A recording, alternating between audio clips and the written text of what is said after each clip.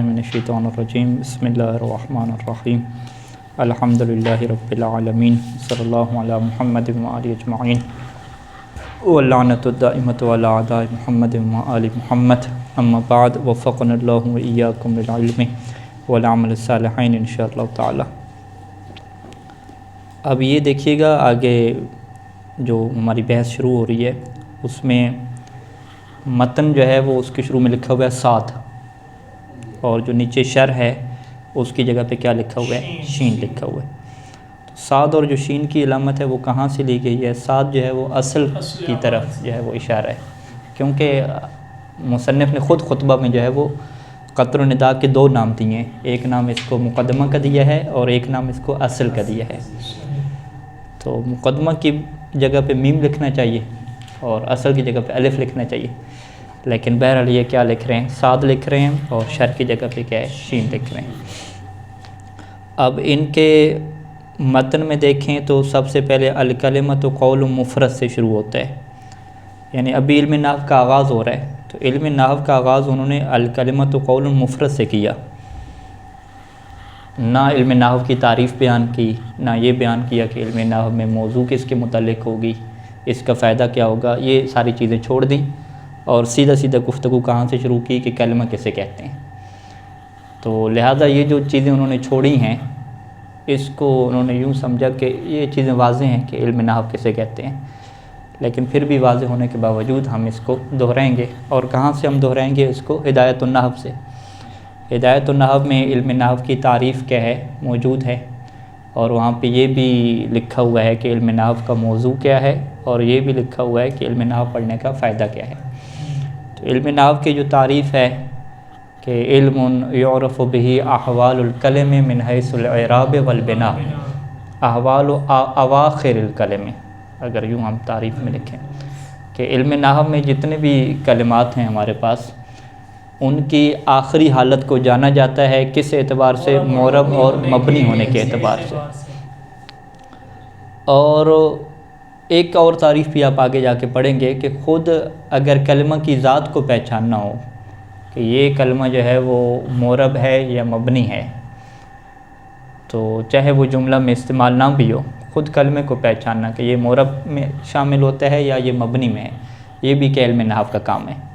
تو علم نحو کے انہیں دو کام ہو گئے، خود ایک کلمہ کی پہچان کرنا معرب مبنی کے حوالے سے، اور جب وہ جملہ میں واقع ہوگا تو اس کے آخر پہ کیا اعراب آئے گا اس کی تشخیص بھی علم نحو کا کام ہے۔ باقی یہ کلمہ کہاں سے بنا ہے، اس کا اصل صیغہ کیا تھا، کیسے جو ہے وہ بنا، تو اس کو علم تصریف کہتے ہیں یا علم اشتقاق کہتے ہیں، دو نام اس کے لکھے جاتے ہیں۔ علم تصریف بھی کہتے ہیں، تصریف گھمانا، اور علم اشتقاق بھی کیا اس کا نام ہے۔ لیکن علم نحو کی اس بات سے کوئی غرض نہیں ہے کہ یہ کلمہ کہاں سے بنے، تو لہٰذا یہ دو علم بالکل ساتھ ساتھ چلتے ہیں، ٹھیک ہے۔ اور اس کو علم نحو کو وہ کہتے تھے کہ الملح فی الطعام کی تعبیر استعمال کرتے تھے کہ یہ کھانے میں جو ہے وہ نمک کی طرح ہوتا ہے، یعنی اگر آپ کو سارا پتہ ہو کہ آلو ہیں، پیاز ہیں، ٹماٹر ہیں، سارے اجزاء آپ نے ڈال دیے، گویا کہ آپ کو صرف کا پتہ چل گیا کہ یہ فعل ہے، مصدر ہے، اسم ہے، کیا اس کا لغت میں معنی ہے، ڈکشنری میں آپ نے دیکھ لیا، لیکن پھر بھی وہ کھانا بنے گا نہیں، مطلب اس کا نہیں آئے گا جب تک کہ علم نحو کا سہارا نہیں لیا جائے گا۔ تو وہ علم نحو کیا کرے گا؟ ان چیزوں کو آپس میں جوڑے گا اور ان کا ربط آپس میں پیدا کرے گا کہ جس سے ہمیں پتہ چلے گا کہ یہاں پہ معنی کیا نکلے گا، جملہ کا مطلب کیا نکلے گا۔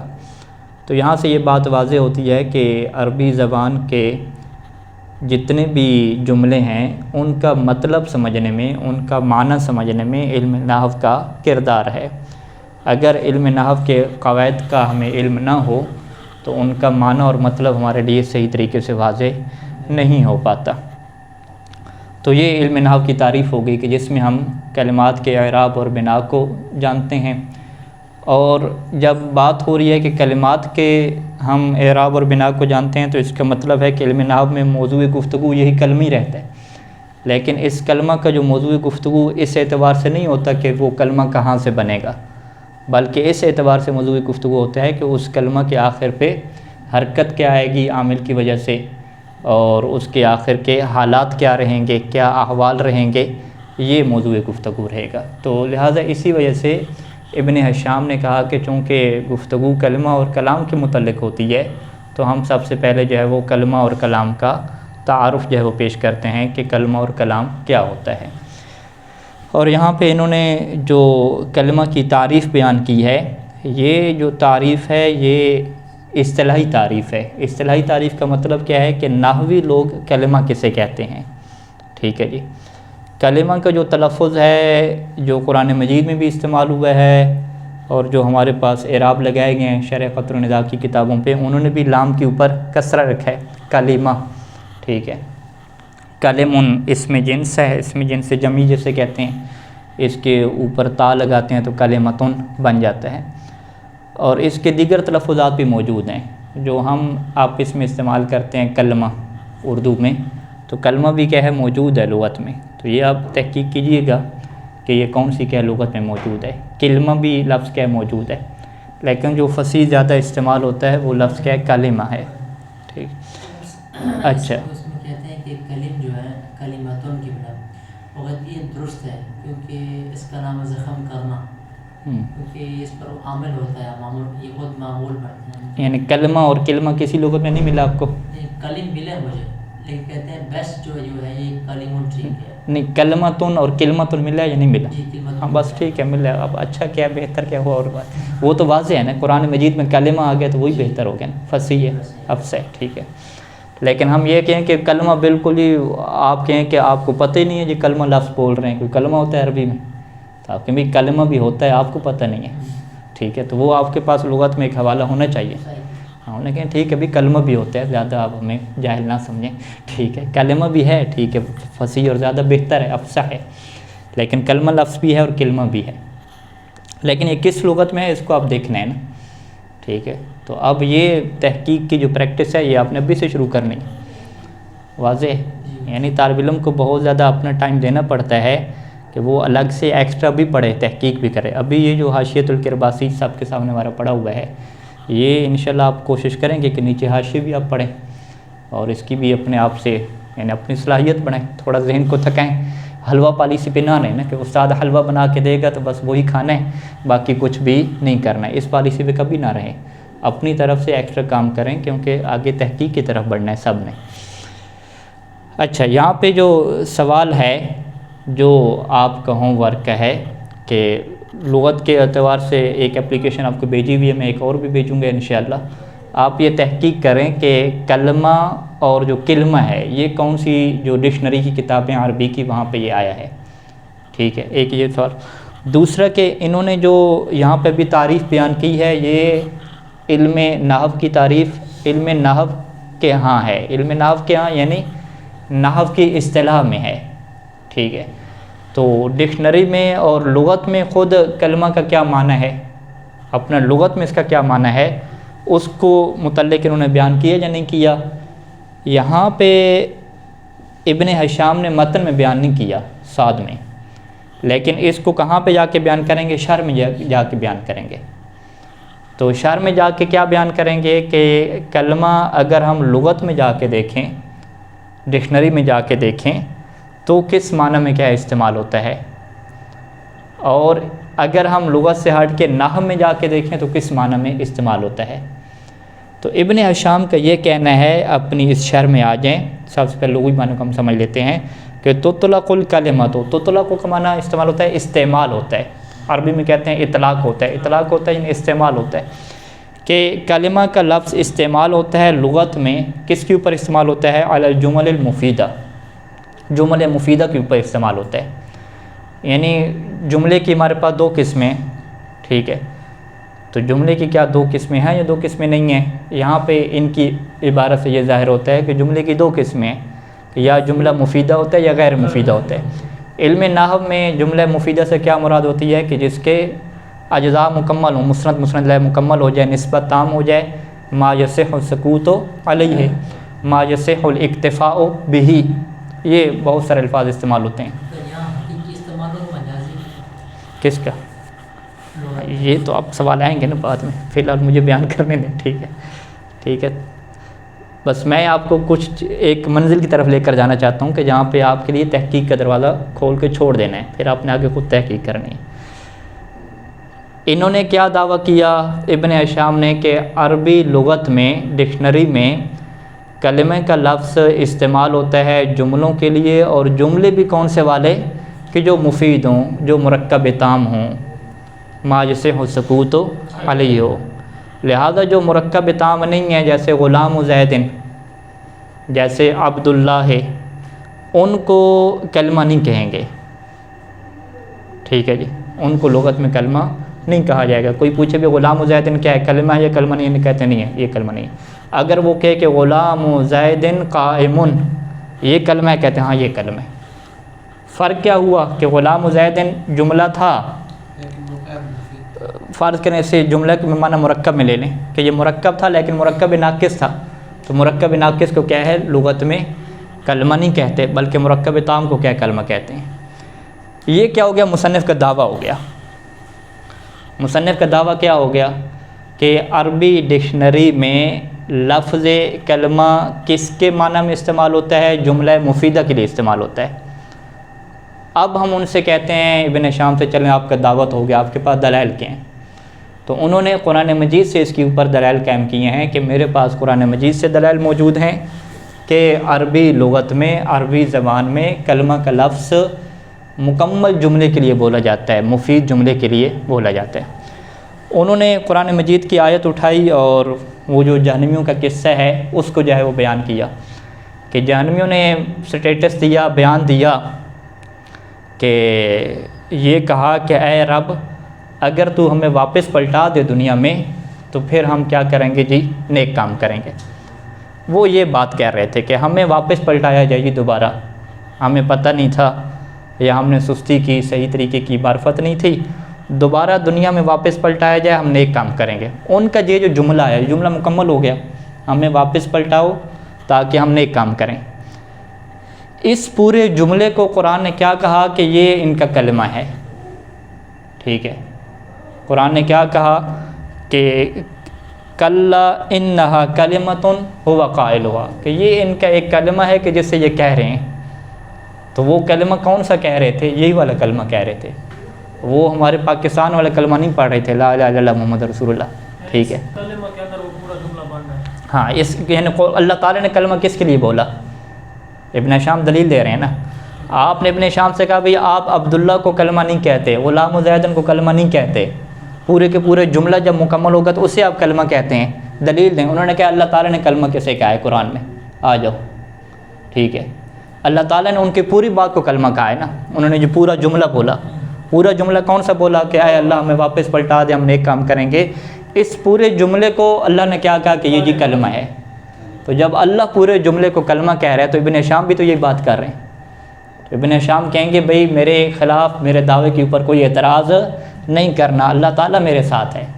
اللہ تعالیٰ بھی کلمہ کس کے لیے بول رہا ہے؟ پورے جملے کے لیے بول رہا ہے۔ تو لہٰذا اس آیت سے انہوں نے کیا نتیجہ نکالا کہ یہ جو کلمہ ہے وہ عربی زبان میں، عربی لغت میں کس کے لیے استعمال ہوتا ہے؟ مفید جملہ کے لیے استعمال ہوتا ہے۔ پس نتیجہ کیا نکلے گا؟ اگر کوئی جملہ مفید نہ ہو تو اس سے وہ کلمہ نہیں کہیں گے۔ کہاں پہ؟ عربی زبان میں، ڈکشنری میں۔ وہ غلام زیدن ہو تو اس سے وہ کلمہ نہیں کہیں گے، یا اگر لفظ نہ ہو کوئی اور چیز ہو تو اسی پہ وہ کلمہ نہیں کہیں گے۔ بس وہ کہتے ہیں کہ لفظ کلمہ جو ہے وہ اس کے ساتھ خاص ہے۔ واضح؟ اگر یہاں پر ایک چیز ہے کہ یہ جو آیات ہے قرآن کی، اس سے یہ تو واضح ہو رہا ہے کہ جملہ مفیدہ کو کلمہ کہتے ہیں، لیکن یہ واضح نہیں ہو رہا جملہ غیر مفیدہ کو کلمہ نہیں کہتے۔ احسن، تو یہ آگا کے اعتراض آ گیا ابن ہشام کے اوپر کہ بھئی آپ کی دلیل یہ تو کہتی ہے کہ چلیں یہ تو ہم نے مان لیا کہ جملہ مفیدہ کو کلمہ اللہ نے کہا ہے، لیکن یہ دلیل آپ کہاں سے دیں گے کہ اگر جملہ غیر مفیدہ ہو تو اسے کلمہ نہیں کہتے؟ اس کے اوپر بھی دلیل دینی چاہیے۔ تو لہٰذا یہ آپ کا اعتراض ٹھیک ہے، ہم اسے قبول کرتے ہیں کہ ابن ہشام کے اوپر آپ نے اعتراض ٹھیک کیا ہے۔ آگا کہ ایک اعتراض یہ آ گیا، دوسرا اعتراض آپ نے جو تلاش کرنا ہے کہ عربی زبان کی ڈکشنری کھولنی ہے، القاموس کھولیں، دیگر کھولیں، وہاں پہ آپ کوئی ایسے چیز تلاش کر کے لیں کہ کلمہ جو ہے وہ غیر مفید جملہ کے لیے استعمال ہوتا ہو، ٹھیک ہے۔ یہ آپ تلاش کریں کہ کلمہ جو ہے وہ غیر مفید جملہ، یعنی جو بھی انسان کی زبان سے لفظ نکلے اسے کلمہ کہتے ہیں، چاہے وہ مفید ہو یا غیر مفید ہو۔ اس کا آپ ایک ریفرنس کیا ڈھونڈ کے لے آئیں تو ابن ہشام کے اوپر 2 اعتراض پکے ہو جائیں گے. پہلا اعتراض ان کا ہو جائے گا کہ آپ کی دلیل ناقص ہے. دوسرا اعتراض آپ پریکٹیکلی دکھا دیں گے بھئی آپ عربی زبان کی بات کر رہے ہیں, ہم نے عربی زبان کی ڈکشنری سے یہ چیز نکال دی ہے, اور اگر اس کا کوئی آپ کو کوئی مثال بھی قدیم عربی زبان کی مل جائے تو وہ بھی اور زیادہ بہتر ہے. ٹھیک ہے. اچھا, یہ جو ابن ہشام کی بات ہے, یہ جو موجودہ عربی زبان ہے ابھی جو نجف میں بولی جا رہی ہے اس کی بھی یہ بات مطابق ہے. ایک تو ان کی بات قرآن کے مطابق ہے, دوسرا ہماری جو عربی یہاں نجف وغیرہ میں بولی جا رہی ہے وہاں پر بھی کلمہ پوری تقریر کو کہتے ہیں. اور یہاں پہ ہوتا ہے کہ یہ جی کلمۃ و سماعت شیخ, یہ جو ہے وہ شیخ بشیر نجفی صاحب کا کلمہ ہے کہ جو وہ القاء کریں گے. کلمۃ و سماعت سید ہے یہ. ٹھیک ہے جی. مثال کے طور پہ ہم جب پروگرام کرتے ہیں اور عراقی اساتذہ کو دعوت دیتے ہیں تو ممبر پہ ہم کیسے دعوت کرتے ہیں کہ الان یلقی الی سماعتکم الکلمۃ, الان یلقی الکلمۃ, کون آپ کی طرف کلمے کا القاء کرے گا, فلاں بندہ. تو پھر استاد کو دعوت دیتے ہیں, سارے لوگ صلوات پڑھتے ہیں. تو وہ ممبر پہ کیوں آتے ہیں؟ کلمہ القاء کرنے کے لیے, کلمہ بیان کرنے کے لیے. تو اس کلمہ سے ہم کیا مراد لیتے ہیں؟ پوری تقریر مراد لیتے ہیں. ٹھیک ہے. القل خطیب الکلمۃ, تو یہ استعمال ہوتا ہے. آپ اگر ان کی اخباریں وغیرہ, خبریں وغیرہ, دیگر چیزیں پڑھیں گے تو آپ کو یہ استعمال اور یوز نظر آئے گا. تو لہٰذا قرآن مجید میں بھی پورے جملے کے لیے, مکمل جملے کے لیے لفظ کلمہ استعمال ہو رہا ہے, اور خود جو ابھی موجودہ عربی زبان ہے چاہے نجف کی ہو یا غیر نجف کی ہو, وہاں پر بھی کمپلیٹ جملے کے لیے, پوری تقریر کے لیے لفظ کیا استعمال ہو رہا ہے؟ کلمہ کے لفظ استعمال ہو رہے ہیں. واضح. لیکن اگر آپ پاکستان کی بات کریں اور ہندوستان کی بات کریں تو وہاں پہ کلمہ کس کے لیے استعمال ہوتا ہے؟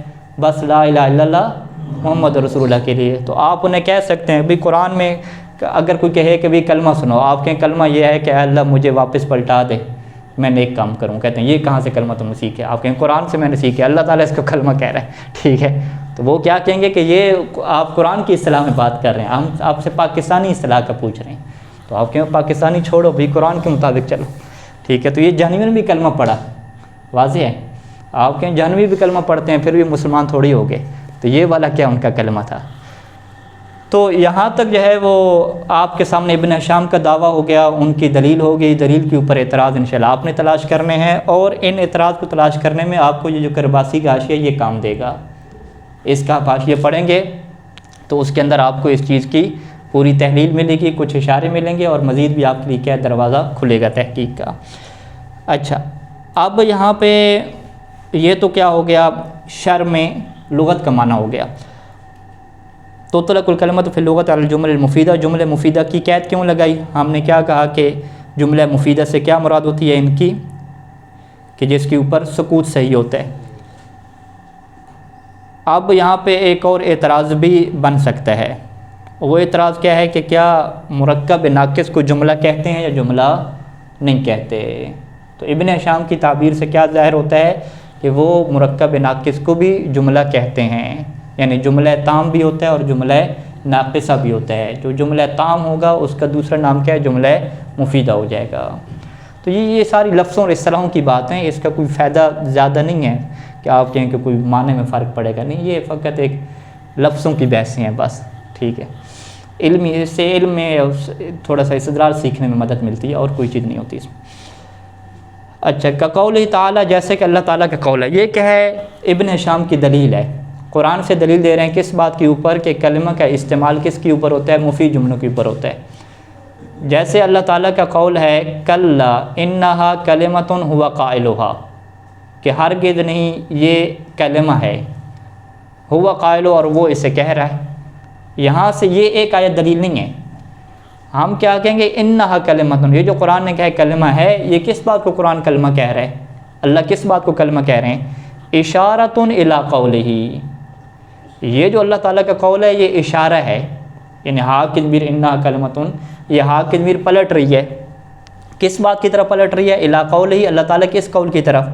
کہ رب ارجعونی لعلی اعمل صالحا فیما ترکت. یہ پورا جملہ کس نے کہا تھا؟ ٹھیک ہے, جہنمیوں نے کہا تھا کہ رب ارجعونی, اے ہمارے رب ہمیں پلٹا دے تاکہ ہم نیک کام کریں. فیما ترکت, جو ہم نے کیا دنیا میں چھوڑ دیا. تو اس پورے جملے کو قرآن نے کیا کہا کہ یہ کیا کلمہ ہے؟ اگر اس آیت کو دیکھیں تو آیت کے پہلے سے یہی بنتے ہیں نا. ٹھیک ہے, قرآن مجید کا کوئی سافٹ ویئر رکھا ہوا ہے موبائلوں میں؟ نہیں رکھا ہوا، ٹھیک ہے. ہاں وہاں پہ آپ یہ آیت سرچ کریں گے کہ کلا انا کلمۃ وقالوا، یہ آیت سے پہلے آیت کے بعد ہے، یہ درمیان میں، اور یہ رب ارجعونی والا یہ اس سے پہلے، یہ اس سے پہلے آیت ہے نا. کلا رب ارجعونی لعلی اعمل صالحا فیما فیما ترکت کلا انہا کلمہ، اس کے بعد ہے. ترکتو کے فوراً بعد کلا ہاں انہا کلمہ، فیما ترکتو، فیما ترکتو کے فوراً بعد کیا ہے جی؟ کلا انہا کلمۃ. اچھا لیکن وہ لغتاً تو حقیقی ہے، لیکن اصطلاحاً اگر بولا جائے کلام پر تو پھر کیا ہے؟ کیا چیز اصطلاح کی یہ تعریف ہے نہیں نا، اصطلاح کی بھی وہ بیان کر رہے ہیں. اچھا ٹھیک ہے. لیکن اس میں حقیقی و مجازی ہوگی بلا صاحب.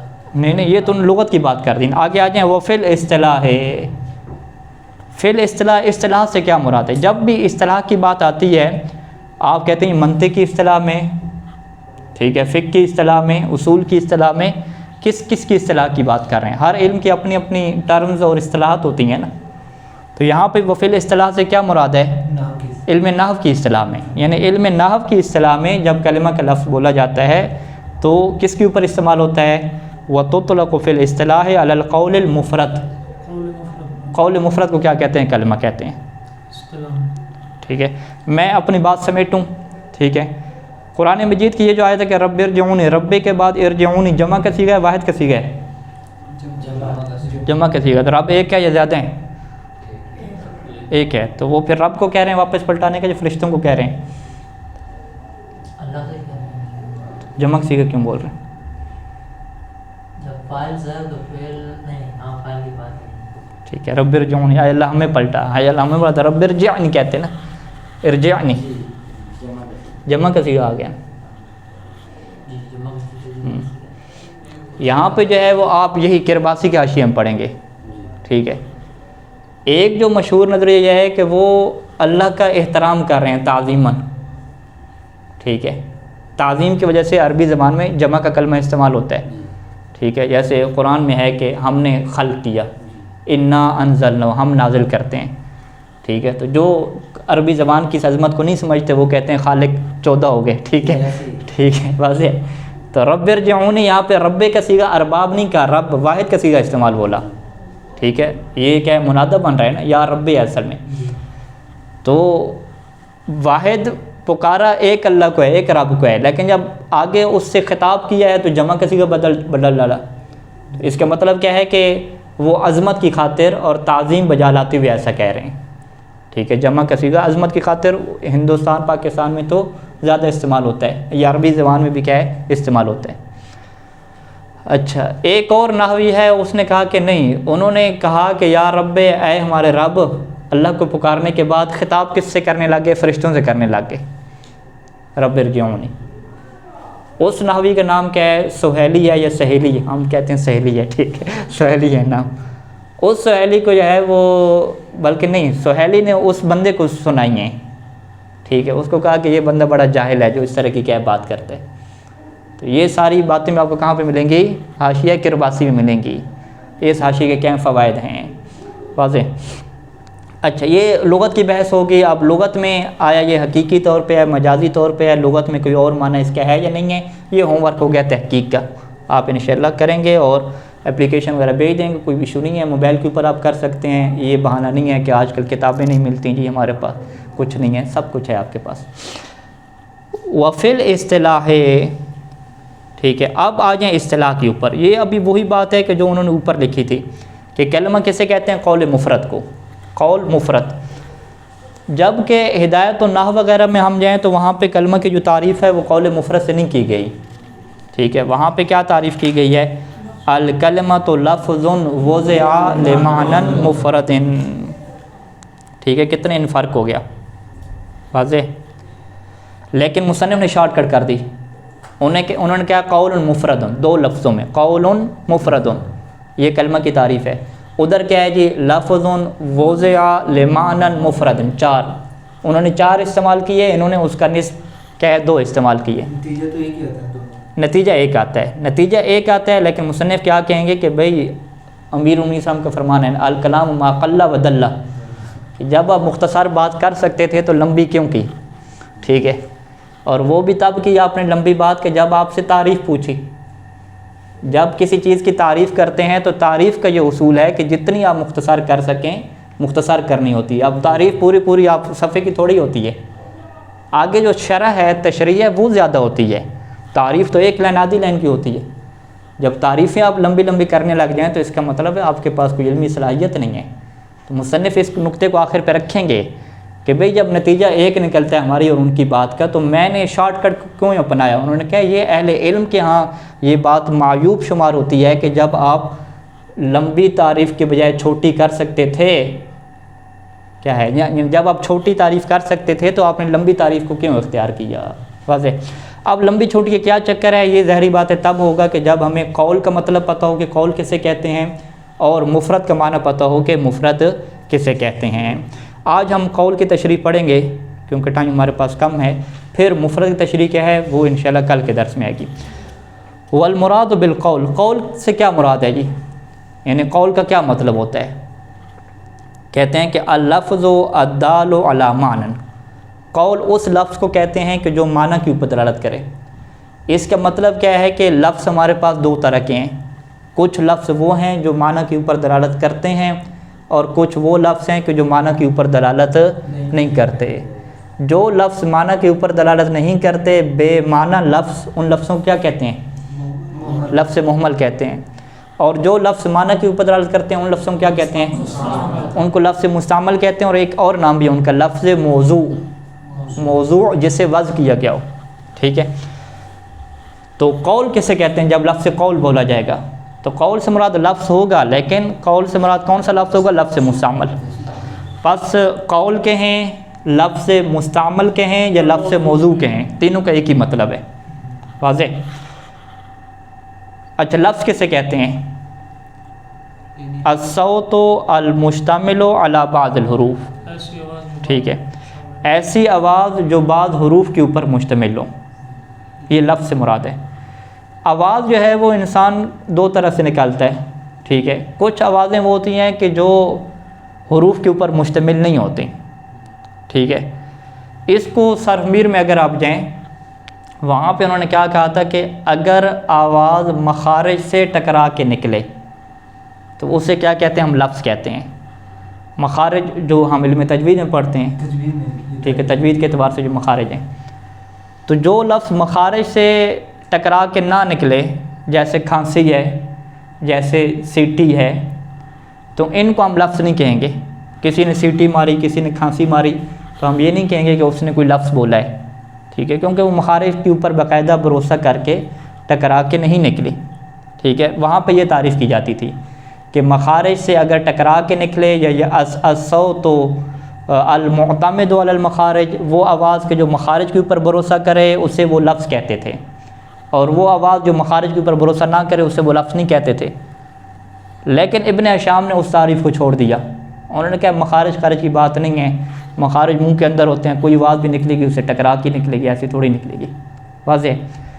تو لہٰذا منہ سے جو آواز نکلے گی وہ مخارج سے نکلے گی. ہونٹ بھی مخارج میں سے ہے, زبان بھی مخارج میں سے ہے, حلق بھی مخارج میں سے ہے.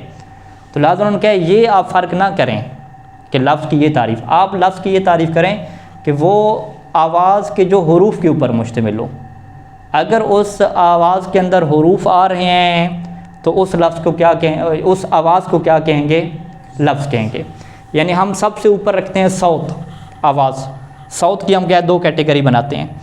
ہم کہتے ہیں لفظ بھی صوت ہوتے ہیں اور لفظ کے علاوہ باقی آوازیں بھی صوت ہوتی ہیں. تو آپ ایسی تعریف کریں کہ جس سے باقی آوازیں نکل جائیں اور فقط لفظ والی آواز آ جائے.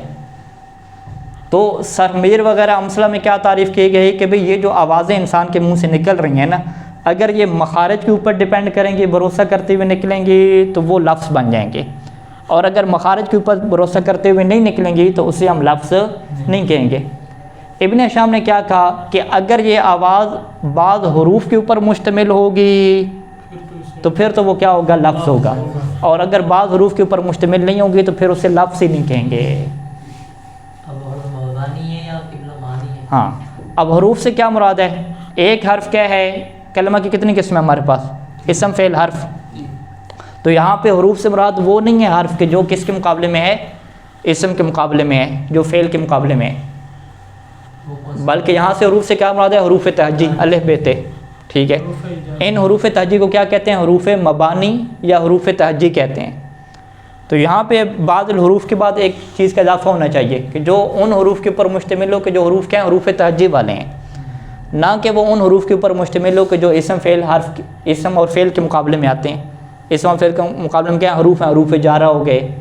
تو مصنف یہ نہیں کہنا چاہتے کہ میری لفظ سے مراد وہ آوازیں ہیں جو حروف جارہ کے اوپر مشتمل ہوں، ٹھیک ہے، جو حروف مشبہ بالفعل کے اوپر مشتمل ہوں، ان کی یہ مراد نہیں ہے، بلکہ ان کے حروف سے کیا مراد ہے؟ جو حروف تہجی والی مراد ہے.